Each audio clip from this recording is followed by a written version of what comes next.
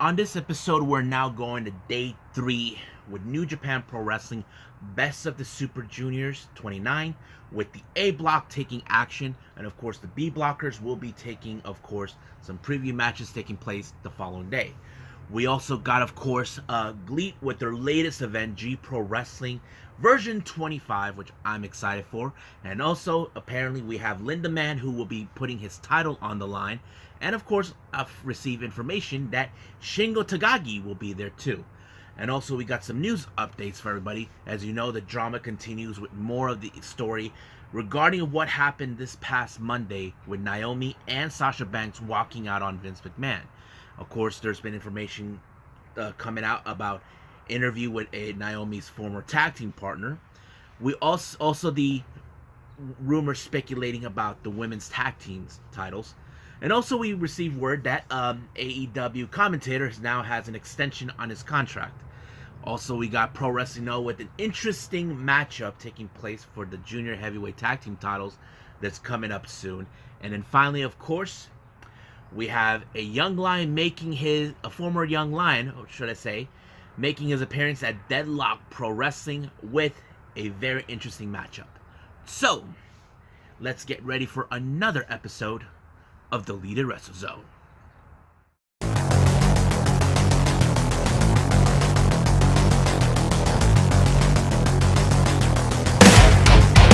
Are you ready? Get up, get up! Get up, get up! Get up, get up! Get up, get up! Get up, get up! Get up, get up!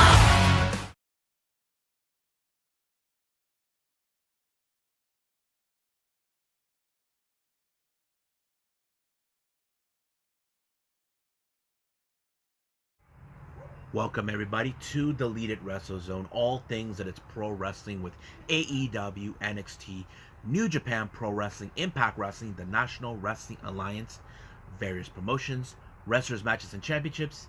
I am your host, J-Rod here. So, let's begin with New Japan Pro Wrestling Best of the Super Juniors 29. As you know, we got the A block taking center stage. But first, let's talk about the 3 opening matches where we have preview matches taking place the following day. First match, we have tag team action. We got the Young Lions, Rohi Oiwa and Kosa Fujita taking on Yuto Nakashima and Tiger Mask. Now, this one doesn't have any implications for the bleed block. If you guys know this, Linda Man is not even present. He, at the same time, is at GLEAT defending his G-Rex title. So it would make sense just to keep it simple. But it was Tiger Mask who walked out as the victor with the Tiger Bomb, giving him and Nakashima the victory. Next up, we have Bullet Club, Dick Togo, Geto, and El Phantasmo taking on Yado, Tenzan, and Master Wato. As you guys may or now hear, Wato and Phantasmo will be in a match on the following day, which is going to be interesting. As you know, some people say this could be El Phantasmo's year. Well, we may never know. But in this particular match, it was in fact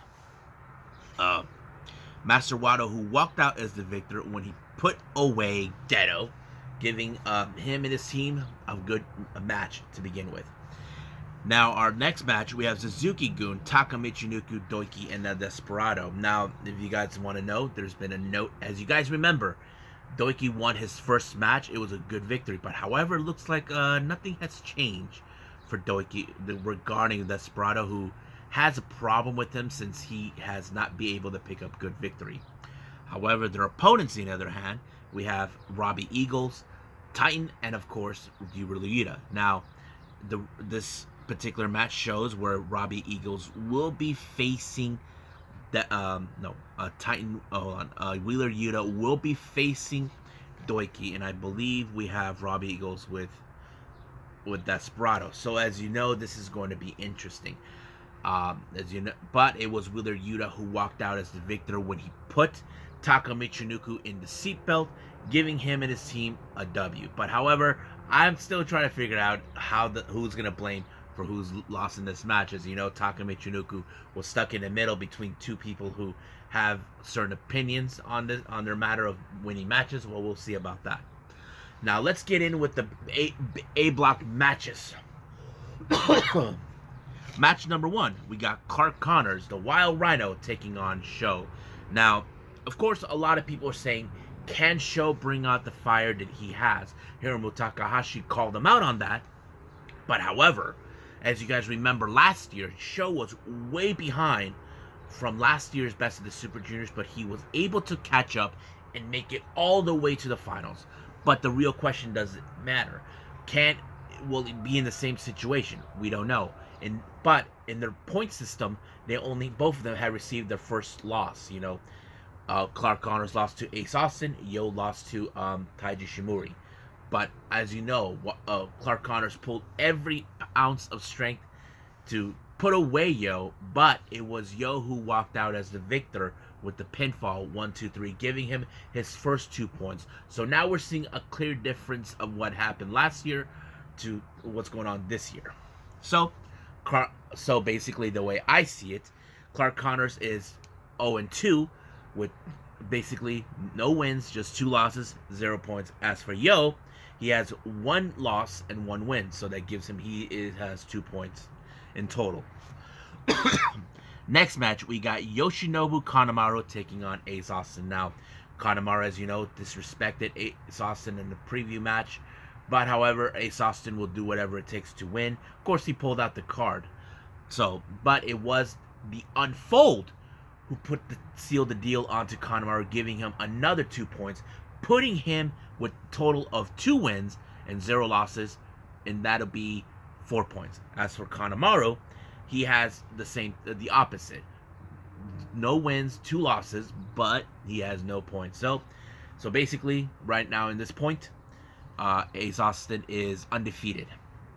Next match, we got Sho versus Alex Zane. Now, Alex Zane will never forget what Yo did in the previous day.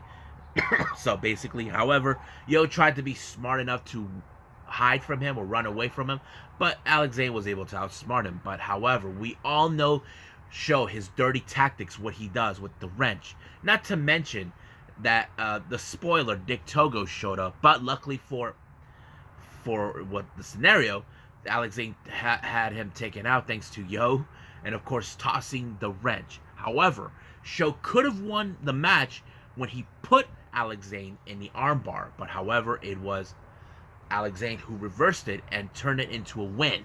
So he won his second match. So that means he has 2 wins and no losses with the total points of 4. So he's also undefeated in the same predicament as Ace Austin. As for Sho, well, last year he was on a roll, but now this year it's the opposite. So he has 2 losses, and that means he has 0 points.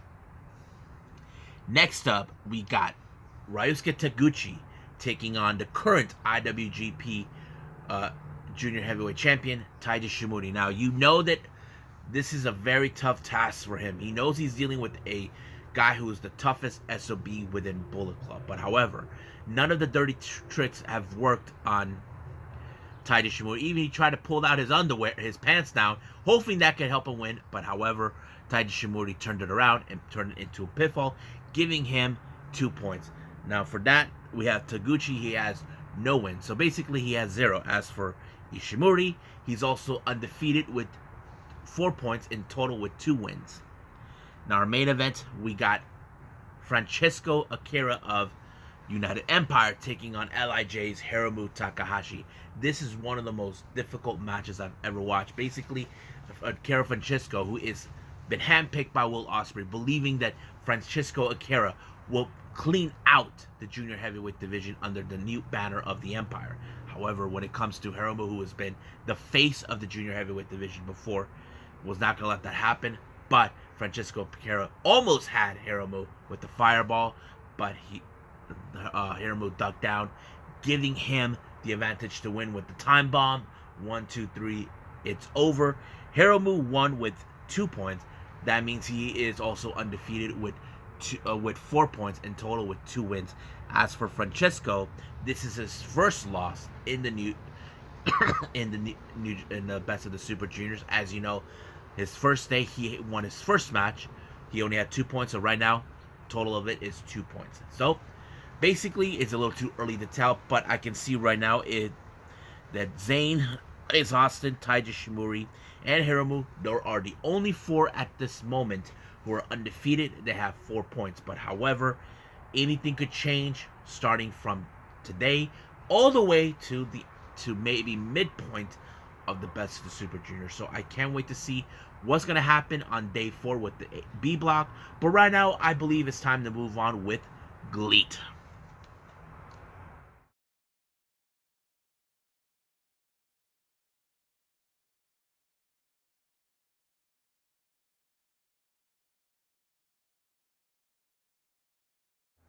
Okay, so our final review is going to be GLEAT with the G Pro Wrestling version 25 that also took place on the same day as Best of the Super Juniors. Opening match, we had a very interesting six-man tag team match. I'm talking about the pairing. We have Masato Kamino, who's been very impressive recently, but he teams up with members of Bulk Orchestra, consistent of Czech Shimatani and Quiet Storm, to take on Soma Watanabe, Minoru Tanaka, and of course from Michinoku Pro Wrestling, Musashi. Now, the reason I say the pairing with Bulk Orchestra, I didn't think they would get along with someone who's an outsider, basically someone who's not part of the same faction. But I think they might have liked the guy. Maybe he really stick his head down, not to be too much drawing attention in front of him or try to be too much of a jerk. But however, it was Czech Kamitani who pinned Soma Watanabe. But even though Watanabe protested, saying that it was 2, but the ref told no, it was 2.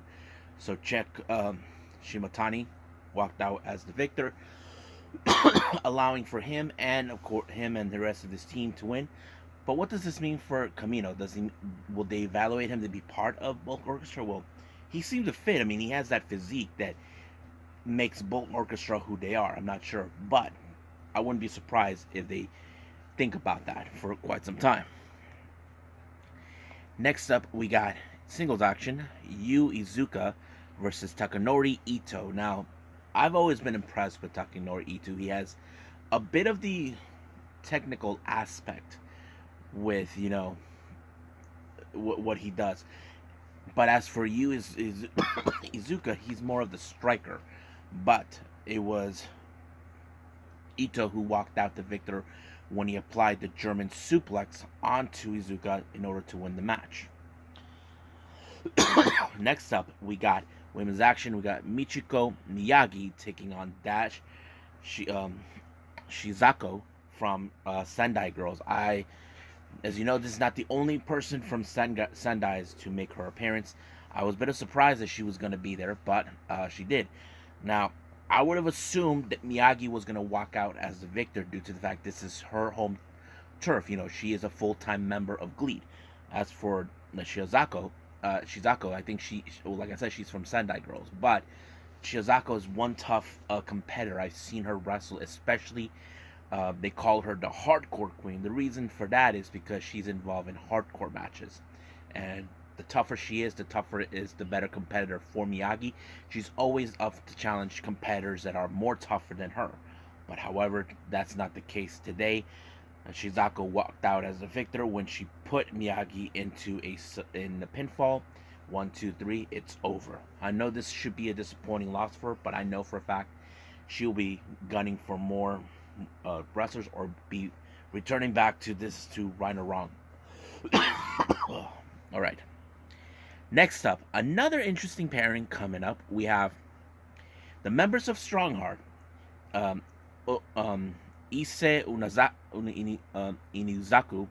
Inuzaka, teaming with T-Hawk to take on. Well, they team up with. You guys know this guy already. He appeared on GCW and many promotions. We're talking about Jack Cartwheel. Yes, I was surprised to find out Jack Cartwheel was going to be there. And here's the thing. I have to say, I think he also made a good impression with the promotion. Just like Jungle Mac did with Ninja Mac with with Pro Wrestling Noah. I wouldn't be surprised if Jack Cartwheel down the line becomes a regular for the foreign talent that they need. As you know, they're opening their borders now for international wrestlers, and to me, I feel that's what they're going for. But their opponents is the members of 30 Seconds. It's Keiichi Sato, Jun Toncho, and Tetsuya Izushi. Now, I have to say, much of this match showed a lot of impression by Jack Cartwheel. Everybody seems to like what he does. They're impressed with his aerial skills and all this and that. But it was Jack Cartwheel who walked out as a victor, making a very strong pinfall for his team.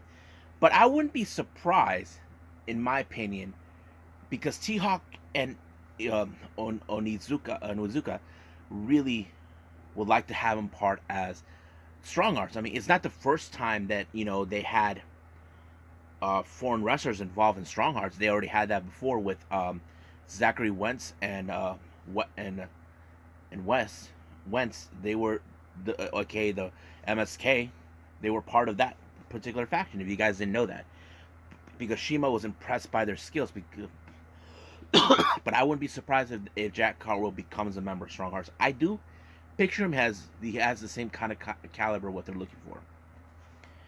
Now our next match, we got Hayato Tamura versus New Japan Pro Wrestling's Hirooki Goto, the Fierce Warrior. Yes, so now we're seeing inter-promotional wrestlers coming from other promotions. We've seen that already with few, but Goto, oh dang, we're seeing he was in it. I have to say he put up a fierce fight against Tamura. If you guys know who he is, he's a member of Borg Orchestra, one of the strongest factions in GLEAT. But it was Hirooki Goto who walked out with his finisher, pulling off on Tamura. 1, 2, 3, it's over. The Fierce Warrior won. So Goto was very impressive.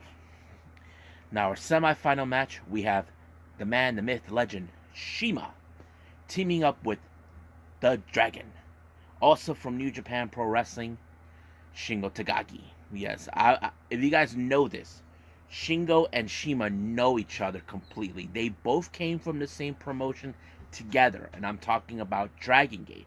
That is the connection between the two of them, if you guys did not know that. So I don't know if Shima called him, saying, hey, you want to come down to our place and have a match? So that's the thing, I don't know. But it was pretty awesome to see those two together, because since I cannot recall if those two's ever been in the same faction before in Dragon Gate. But their opponents is none other than the members of Borg Orchestra, consistent of Kazuma Sakamoto and the leader of Borg Orchestra, what's his name? Ryuichi Kawakami. So it was a pretty strong fight. You know how this ends. Shingo's a strong fighter. Shima is also the same thing. But it was Shima's Meteora that sealed the deal on Katsumoto, and it was over from there, giving Shima and Shingo, the same the courtesy to win. Now, do I think those two could team up in the future again? I say I would like to see them team up. If it doesn't involve with the Strong Hearts or LIJ, that is something I'm always looking forward to. So we'll see where they're going to go. Now, our main event, we have the G-Rex Championship. We have Shigeru Ire, a member of Strong Hearts, taking on his teammate himself, the current champion, El Lindaman. I have to say, this was one of the most strongest matches I've ever seen. As you know, these two men are strong. Not because they are strong bulk, because of the size differential. You look at Shigeru, he is a powerhouse wrestler. I've seen him wrestle. He uses his entire body as a weapon. But El Lindaman, he is a sharp wrestler. Now, he couldn't be at the best of the Super Juniors because he had this title match. But as you know, for guys his size, he can pick up heavier competitors like Shigeru. He did the same thing with Quiet Storm with Bulk Orchestra. But man, this is going to be one tough match. But however, El Lindaman walked out as the victor when he applied the German suplex onto Shigeru. 1, 2, 3, he retained the title. But I'm sure in the promo he talked about in the post-match, he must have enjoyed what he saw, that he really had a lot of fun in this match. But however, the obvious question does remain, who would be the next competitor? All of a sudden, we see members from the member of both Hayato Tamura from Bokuster coming out to become the next challenger. But later on, we see Tetsuya Izushi from 60 Seconds. Now, I don't know about Izushi being integrated into being in the top of discussion. I mean, I would feel like Tamura is the logical choice to challenge El Lindemann for the title. But I think they're going to do this whole number one contendership from my expression, the way I saw it. But if that's the case, I'm up for it. But we'll see what happens. I know there's another show coming up real soon, later on this month. They're heading to Okinawa, Japan, and that's kind of exciting to go to an island of Japan. So right now, let's just move on with news updates.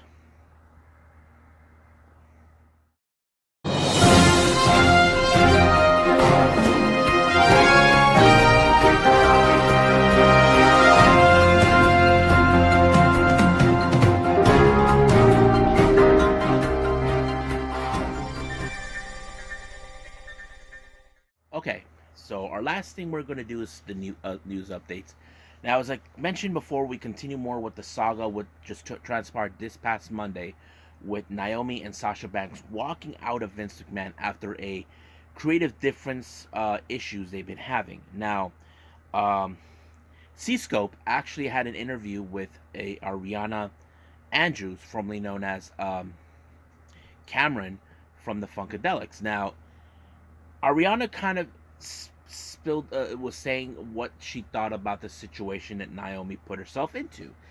Cameron believes that this is not Naomi. This is not the type of person who just goes into an office, has a discussion, and then walk out right in the start of a Raw show. You know, during the middle of a show, and walked out on Vince. She thinks that that's not her, but she strongly believes that Sasha Banks manipulated her. Now, I don't know exactly if she's 100% true, but it is a possibility.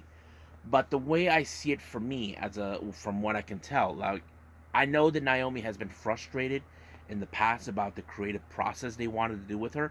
That's no surprise.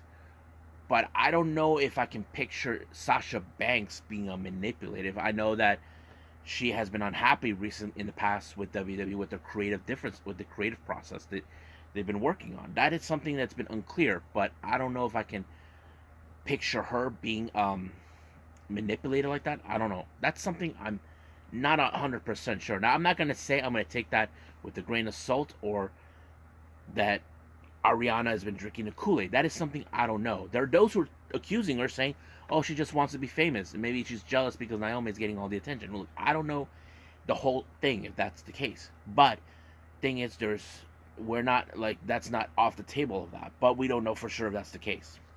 Now, speaking of what's been going on with Naomi and Sasha Banks, the Sportster have reported that there's been rumors circulating that WWE wants to, deactivate the WWE Women's Championship. Now, I don't know how you guys feel. I know in the past fans have asked for this. They wanted this because, it's something they wanted for a long time, and WWE were not having it. If you guys remember, Sasha Banks and Bayley were the first ever champions, but they took offense that they gave the titles within a month to the Iconics, later calling themselves the Inspiration, because people thought that they were going to be legitimizing those titles for at least 6 to 12 months, but it did not happen. I know there's been a lot of talk, because here's the thing, this is the way I see it. In both main rosters, the Raw and SmackDown, there's not a lot of stabilized, legitimized women's tag team that much. You just paired them up. I mean, the only team I do remember that seems logical was the Iconics, because they were legitimized as the tag team. And I feel that they were the only ones. But after that, no, there hasn't been any. But do I think they should pull the plug on it? I don't know. We just got to wait and see what WWE is going to do. Now, in other updates here, as you know, Jim Ross was talking about in the past that he was thinking this should be his final run, but he did say say that he just signed an extension with AEW. Don't know how long the extension is, but can't wait to. Hopefully, we get to hear more of him before he decides to retire. That is something that he's been talking about for quite some time. So we'll just gotta wait and see where they're gonna go with it. Now, in the pro wrestling NOAH world, recently I reviewed about how Stinger has been the most dominant faction with the junior heavyweight division. Now, if you guys remember, I mentioned this. I'm fascinated with the junior heavyweight division in NOAH. No disrespect to New Japan, but the reason I am fascinated is this: there are factions in the NOAH juniors that fight for who's the controlling dominance. In New Japan, we do see who is the best. How do I say? Who is the best junior heavyweights in pro wrestling, in New Japan Pro Wrestling? Because there, you see, if you notice, they have the heavyweights and the junior heavyweights together as a faction. But in NOAH, they don't need to be the same thing. The only team that I've seen that happening is with Congo. But that's always been fascinating. But like I said, right now with this whole thing with the junior heavyweight tag team titles, there's going to be a showdown between Stinger versus Stinger. We're talking about the champions Ogawa and Ridgeway, who recently won these tag titles from the NOAH Junior Regular Army, consistent of Kotoge and Yohei. Now it appears that, but recently Suzumu and Yoshioka attacked both Ridgeway and Ogawa. Now, it's no secret that they probably want those titles, but however, during a press conference, Ogawa said a stipulation. If Suzumu and Yoshioka lose the match, they are out of Stinger. Now, I wouldn't be surprised if Ogawa, who's been the leader of this faction for who knows how long, finds new members. I wouldn't be surprised at that. There is one person I would think would join, and that will be Yatsu Takayano. Because he's always hanging around with him. I wouldn't be surprised if he joins Stinger, but we'll see about that. And finally, we have more on Deadlock Pro Wrestling with a match that's been set for the June 5th event. No pressure. We have Alex Coughlin of the LA Dojo making his presence known to take on the blue collar brawler JD Drake. Now, that match, I know for a fact that's going to be a slobber knocker of a match, as what Jim Ross would say. I'm definitely, if I get the chance to see it, I definitely would love to see this. This is going to be one tough match. Trust me. So I think that's pretty much it right now. So let's call it a day. Well, I hope everybody enjoys this episode of me reviewing the best of the Super Juniors by New Japan and GLEAT with G Pro Wrestling version 25. And of course, the news updates I've been throwing. Coming up, we got AEW Dynamite and also a past event by Texas-based promotion Loco Wrestling, which I haven't seen. I haven't reviewed a show with them. I know they collaborate with other promotions, but I'm kind of curious how this one plays out. What kind of matches they throw in. If there's any news updates, I'll definitely throw those too. So for now, I'll see you guys in the next DWZ time. Same DWZ channel. I must bid all of you adieu. So goodbye. And have a nice day. Bang.